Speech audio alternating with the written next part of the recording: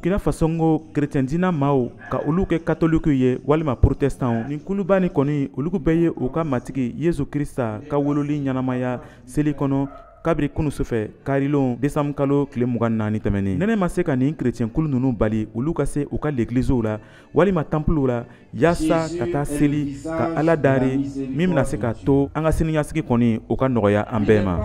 An ka munumunu salo sera n'an ye Juvenal de Saint Camille o la katoliku kɔni o ye Ala daari k'a yira ko ni an bɛɛ y'an ka kɛwali kɛ i n'a fɔ olu ka matigi Yesu Krista o bɛ se ka ko caman le nɔgɔya an ma. Frère Omer Sodere ye o ɲɛfɔ anw ye.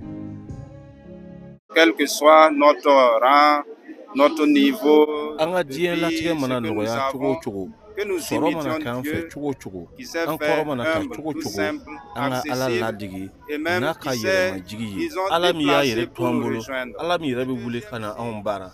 A taamasere filanan, gɛlɛya mana k'an kan cogo o cogo, dɛsɛ mana k'an kan cogo o cogo, an kana an jigi tigɛ limaniya ka bɔsi an na. Ala bɛ n'an ye wagati bɛɛ, a bɛ n'an ye tuma bɛɛ, i n'a fɔ a tɔgɔ Emmanuel b'a fɔ cogo min ko Ala bɛ n'an fɛ. Hilary Bachono ye kalanden ye, ale ko kanu Yesu bɛ ole dege anw na. Noël pour moi représente tout simplement l'amour. Noëli o yi kanu le kanu min bi anw n'an ka baso ani an balimaw ɲɔgɔn ye ka taa ni Noël sen kɔ o ye ko mon père cɛ ye min fɔ an ka maka ɲɔgɔn ma ka hinɛ ɲɔgɔn ma. Amour, santé et joie. Joyeux Noël. An bɔni katolikiw fɛ an y'an senfa ka se protestants fɛ olu ka aladari kɔni o ka bɔ ni fɛn bɛɛ ye. Pasteur ale b'a wasa donna. Tu connais ce qui se passe à la minute près. Te prions Seigneur, viens à notre secours.